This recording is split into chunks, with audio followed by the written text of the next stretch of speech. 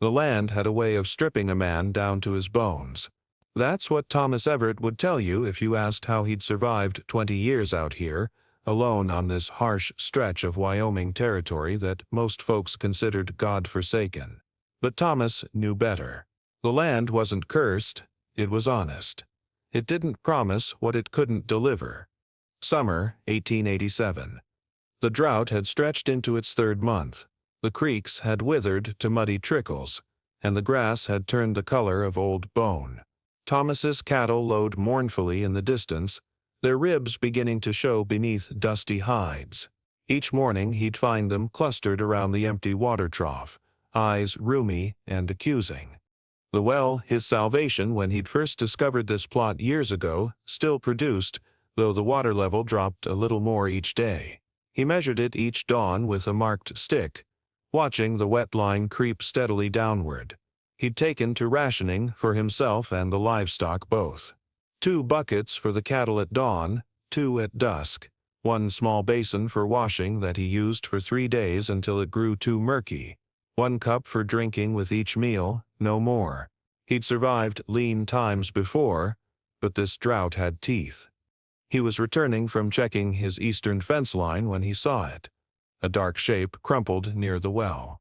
At first, he thought it might be a coyote or maybe a wolf, desperate enough for water to approach a human dwelling. But as he drew closer, the failing sunlight revealed the unmistakable form of a man. Thomas approached cautiously, rifle at the ready. The territory was mostly peaceful these days, but caution was a habit that kept men alive out here. The Indian Wars might be officially over, but violence still erupted like summer lightning, sudden and deadly. He'd heard tales in town last month about renegade bands, both white and native, who preyed on isolated homesteads. Thomas hadn't survived 20 years alone by being careless. "Hello there?" he called, voice rough from disuse. No response. The man lay face down, one arm stretched toward the well as if he'd collapsed reaching for it. His long black hair was matted with blood, and the back of his buckskin shirt was soaked with it. A Cheyenne, by the look of his clothing and the patterns beaded into his moccasins. An intricate design of blue and white beads formed a thunderbird pattern along the sides, craftsmanship that spoke of a people whose art survived despite everything taken from them. Thomas knelt beside him, keeping his rifle close. He rolled the man gently onto his back, revealing a face young but weathered, eyes closed. A nasty gash ran across his forehead, and another wound in his side had bled considerably. He was breathing, but barely. "Well, friend," Thomas muttered, "seems you're in a bad way." 20 years ago, when Thomas first staked his claim, there would have been only one prudent course of action: leave the man to his fate. The wars between settlers and the native tribes had been vicious then, but things had changed. Most of the Cheyenne had been forced onto reservations, and those who remained free were few. This man was no threat in his condition. Thomas had lived alone too long to simply let another human being die at his doorstep. He hefted the unconscious man over his shoulder with a grunt. He wasn't as young as he used to be, and carried him to the cabin. Inside, he laid him on his own bed and set to work. He cleaned the wounds with whiskey, wincing in sympathy though the man made no sound. The side injury was a bullet wound, clean through but angry-looking. The head wound appeared to be from a fall or a blow. Thomas had some experience with injuries. Life on the frontier had made him a passable field medic out of necessity. He'd dug bullets from his own flesh twice before, set a broken arm alone during a blizzard when he was 35, but he'd never tended to anyone else. His fingers felt clumsy as he worked, unused to navigating another man's pain. He heated his hunting knife in the fire until it glowed red, then used it to cauterize the smaller bleeding vessels around the bullet wound. The smell of burning flesh filled the cabin, turning his stomach, but the bleeding slowed. He packed the wound with yarrow leaves he'd dried last fall, then bound it tightly with strips torn from his cleanest shirt. The head wound was a different matter. Scalp injuries always bled dramatically. But this one looked worse than it was. Thomas cleaned it thoroughly, picking out fragments of stone. The man had likely fallen against rocks after being shot. He stitched it closed with catgut and a bone needle, his only concession to medical supplies, purchased years ago from a traveling peddler. Thomas bandaged him as best he could, then propped the man's head up and managed to get a few drops of water between his cracked lips. The native swallowed reflexively, but didn't wake. "Don't you die on me now," Thomas said to the silent room. "Be a waste of good bandages." Night fell, and Thomas settled into his chair beside the bed, rifle across his lap. He dozed fitfully, waking at every small sound. Near dawn, the wounded man began to mutter in his native tongue, caught in some fever dream. Thomas placed a cool cloth on his forehead and gave him more water. As the first light of dawn crept through the cabin windows, the man's eyes finally opened, dark, alert eyes that fixed immediately on Thomas. "Water," the man whispered in English.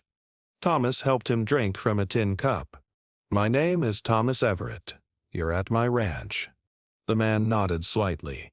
"I am Nakohi, Running Wolf." "You've been shot, Running Wolf." "Mind telling me by whom?" Running Wolf closed his eyes briefly. "Hunters, not for animals." Thomas understood. Bounty hunters.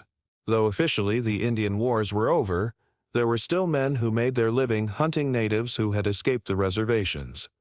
"Well, they did a poor job of it," Thomas said. "You'll live, I expect." Running Wolf's eyes flicked to the rifle still in Thomas's lap, then back to his face.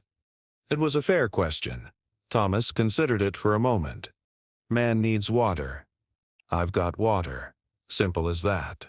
A ghost of a smile touched Running Wolf's lips before he drifted back to sleep. Throughout the day, Thomas tended to his ranch chores, checking on his patient periodically. Running Wolf slept mostly, but by evening he was awake enough to eat a little of the rabbit stew Thomas had prepared. "Not my best cooking." Thomas apologized as he helped Running Wolf sit up against the headboard. Running Wolf accepted the wooden bowl, his hands steady despite his weakness. Food is life. There is no bad food in a time of need. As they ate in silence, Thomas found himself studying his unexpected guest. Despite his injuries, there was a dignity to the man, a quiet strength. Thomas had known many men in his life, good and bad, brave and cowardly, but few had possessed the kind of centered presence this wounded warrior exhibited even while confined to a sickbed. Running Wolf caught him staring and met his gaze directly, unashamed and unafraid. Thomas realized with a start that few men, white or native, had ever looked him in the eye that way, as an equal, without either deference or challenge. "The men who shot you," Thomas said finally. "They likely still looking for you." Running Wolf set his empty bowl aside. "They believe me dead. I fell from the ridge into the river after they shot me. The current carried me downstream before I could climb out."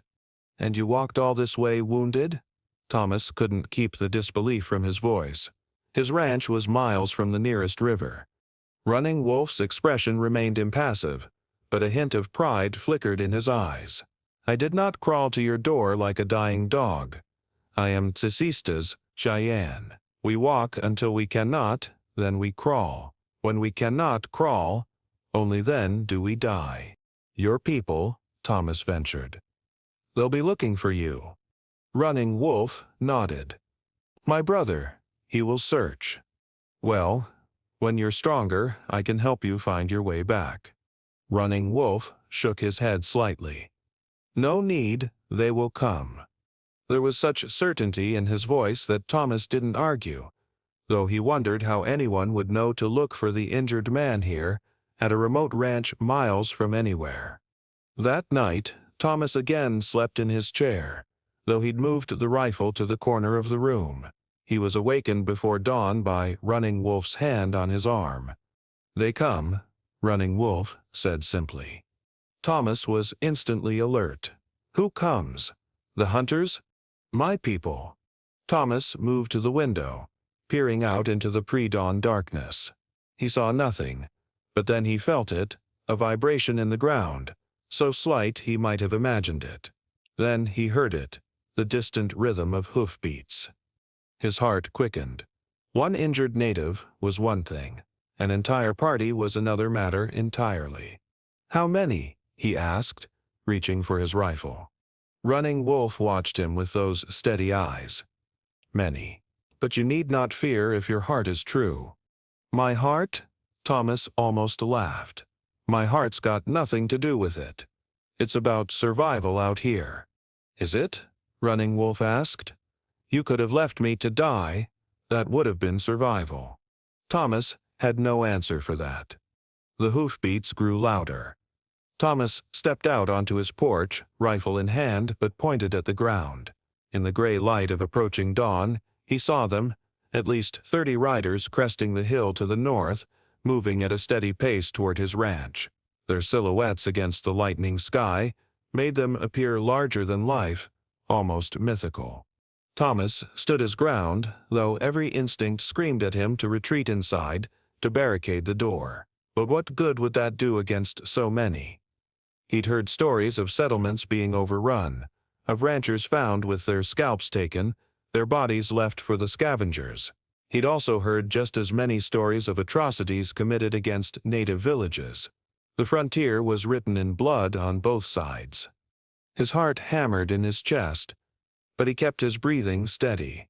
If this was his time, he'd meet it standing. As they drew closer, he could make out details.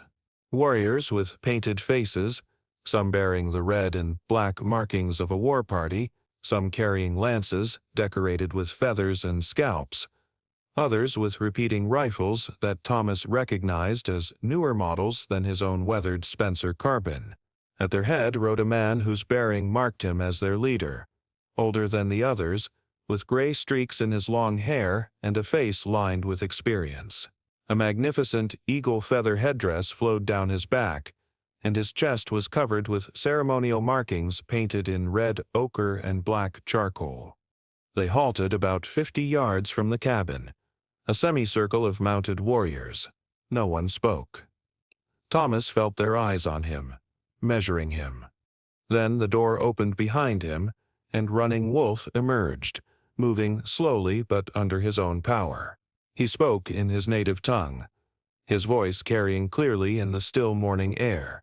The leader responded, his tone questioning.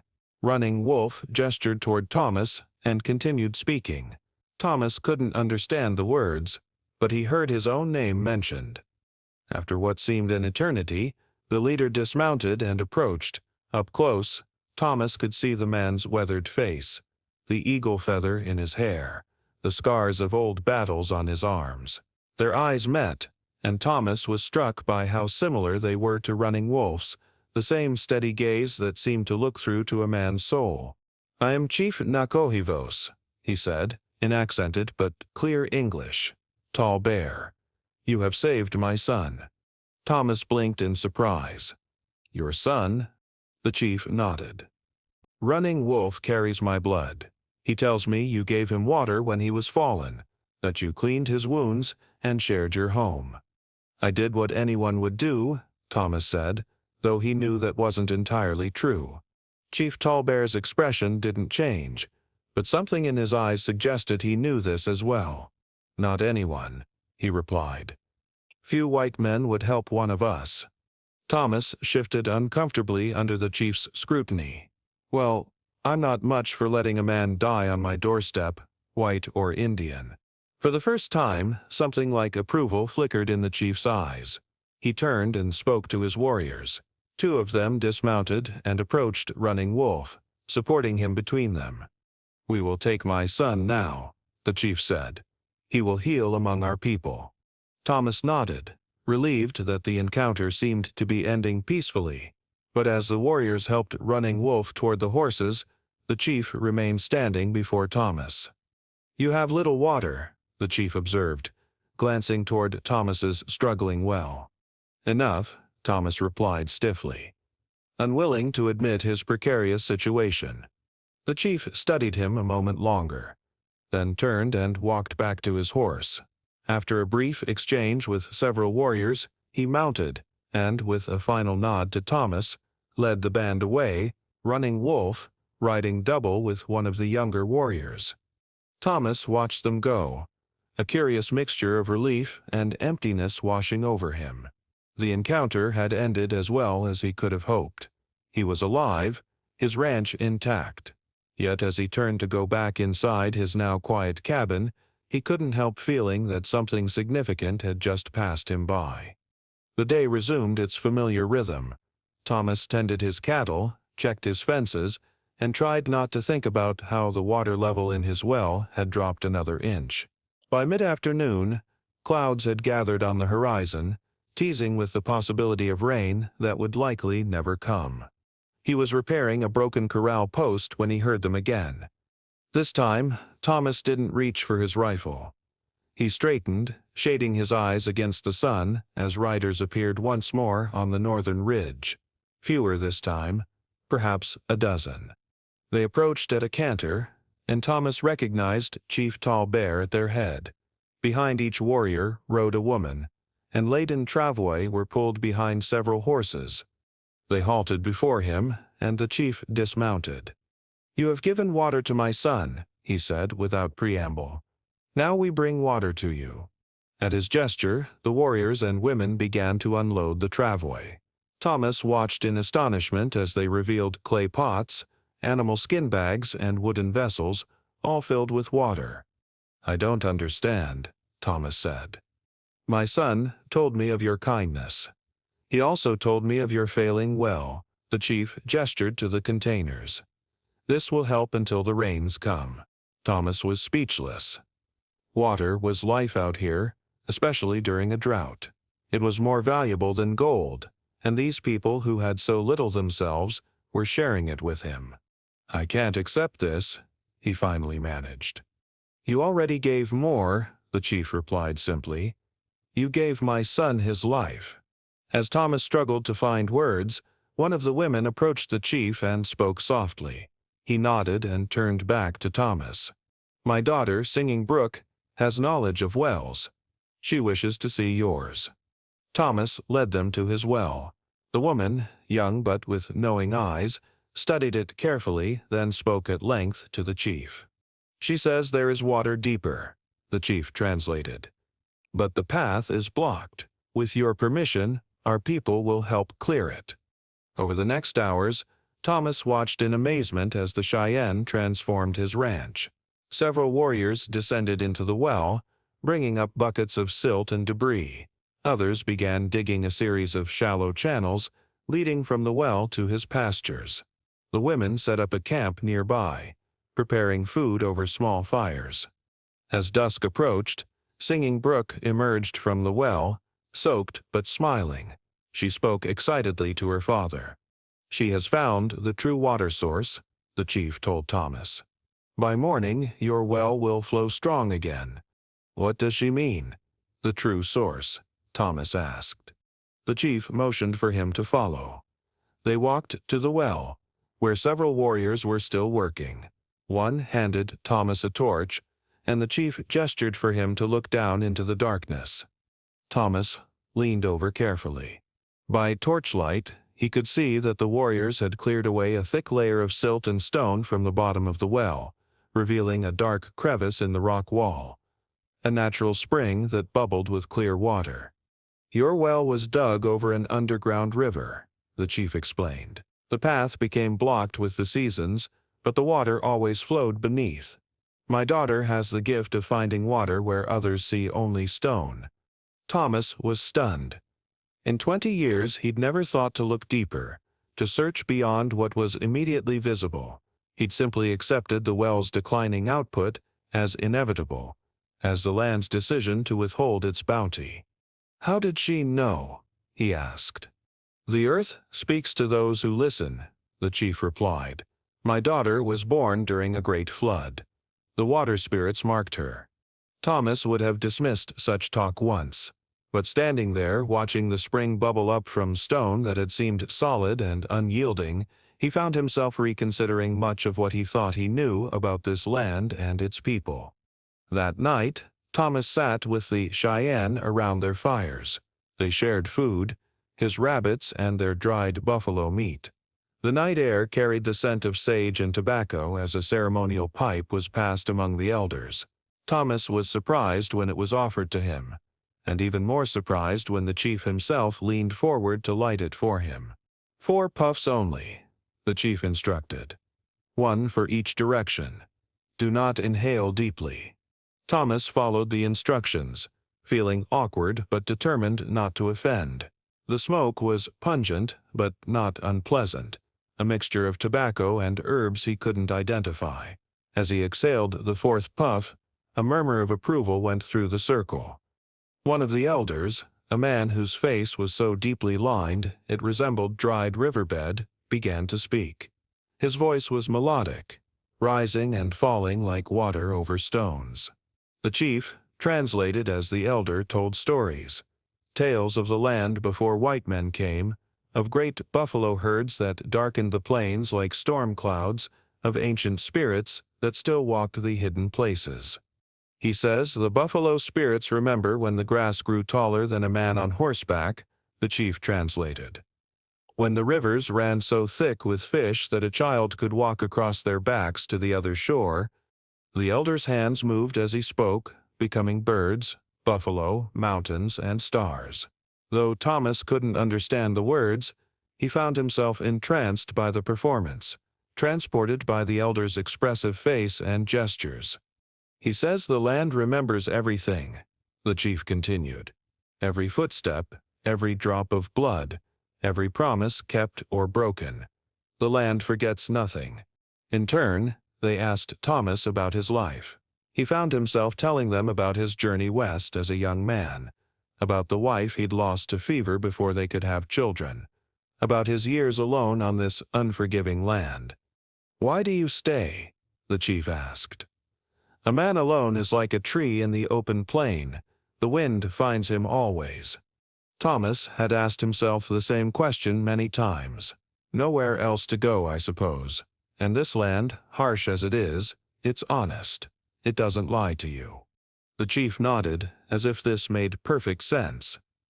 The land remembers those who respect it.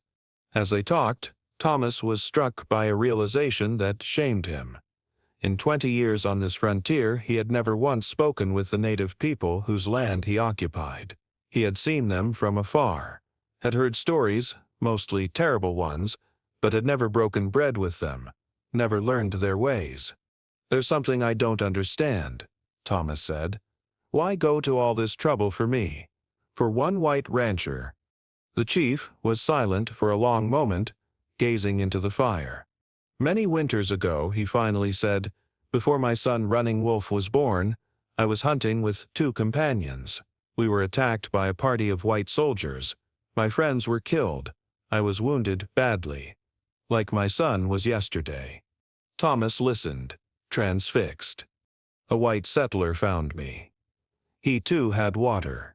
He too cleaned my wounds." The chief's eyes lifted to Thomas's face. "He had your eyes, the same color as the sky after rain." Thomas felt a chill run through him. "My father," he whispered. The chief nodded. "When Running Wolf described the man who saved him, I knew. The land has brought us full circle." Thomas struggled to comprehend. His father had died 15 years ago. Never having visited Thomas's ranch, he had been a reserved man, sharing little of his experiences. But he had taught Thomas one thing that had stayed with him: judge men by their actions, not by the color of their skin or the language they spoke. "My father never told me," Thomas said. "Some gifts are given in silence," the chief replied. "But they echo across generations." Morning came with the soft patter of raindrops on Thomas's roof. The first rain in months. He woke to the sound, momentarily disoriented by its unfamiliarity. For a moment, he thought he might be dreaming. He stepped outside onto his porch, feeling the cool moisture against his face. The land seemed transformed already, the dusty ground darkening as it drank in the precious water. The scent of wet earth rose up, a primal perfume that stirred something deep within him. He found the Cheyenne already breaking camp, preparing to leave. Children who had remained hidden in the wagons the day before now darted about, laughing and catching raindrops on their tongues. Women wrapped provisions in waterproof hides, while warriors secured their weapons for the journey. The chief approached him, his feathered headdress now replaced by a simpler band of leather adorned with a single eagle feather. In the soft morning light, Thomas could see that his face bore scars similar to Running Wolf's, the marks of a life spent defending his people. "The well is clear now. It will serve you for many seasons," the chief said. "The rain comes as a sign that the circle is complete." Thomas nodded, still processing all that had happened. "I never expected any of this. The water, your help. A man who gives water to the thirsty has already filled his own cup," the chief replied. "Thank you for everything," Thomas said, the words feeling inadequate for what he'd been given. "The circle is complete," the chief said again, "but perhaps a new one begins." He extended his hand, not in the white man's handshake, but palm up, an offering. Thomas placed his hand over the chief's, feeling the strength and wisdom in those weathered fingers. "Your land borders our hunting grounds to the north," the chief said. "Perhaps there need not be a border at all." Thomas understood. An alliance. Friendship. Something precious and rare in this divided territory. "I'd like that," he said simply. As the Cheyenne mounted to leave, Singing Brook approached Thomas. Her dark hair was plaited with small shells that clicked softly as she moved. Unlike the other women, who had kept their distance, she looked directly at Thomas with clear, intelligent eyes. She handed him a small leather pouch decorated with intricate beadwork, blues and whites forming the same thunderbird pattern he'd noticed on Running Wolf's moccasins. She spoke in a voice like her namesake, musical and flowing. Though Thomas couldn't understand her words, her tone conveyed something both solemn and hopeful. "For dreams," the chief translated as she spoke, "and for remembering." Thomas accepted it with thanks, though he didn't understand its purpose. He held it carefully, feeling the small bundle of herbs inside through the soft leather. The chief smiled. The first full smile Thomas had seen from him. "She believes you have been too long without dreams. The pouch contains sage and sweetgrass. When burned, they help one remember what the heart knows, but the mind forgets." Singing Brook reached out unexpectedly and placed her hand briefly against Thomas's chest, above his heart. Her touch was light but firm, a gesture that needed no translation. Then she turned and walked away, joining the other women who were already mounted. Before Thomas could respond, the chief raised his hand in farewell and led his people away. Thomas watched them go, their figures growing smaller against the vast landscape, until they disappeared over the northern ridge where the clouds were beginning to break, allowing shafts of golden sunlight to pierce through. That evening, as rain continued to fall softly on his thirsty land, Thomas sat on his porch. The ranch seemed different somehow, less lonely, more alive. He opened the small pouch Singing Brook had given him and breathed in the sweet, earthy scent of the herbs inside. For the first time in 20 years, Thomas Everett felt the possibility of change, of connection. He thought of his father, of Running Wolf, of the mysterious ways lives intersected across time and blood and the vast American frontier. The land had a way of stripping a man down to his bones, yes, but it also had a way of rebuilding him, if he was willing to learn its deeper truths. In the distance, thunder rolled gently, like the hoofbeats of horses returning home.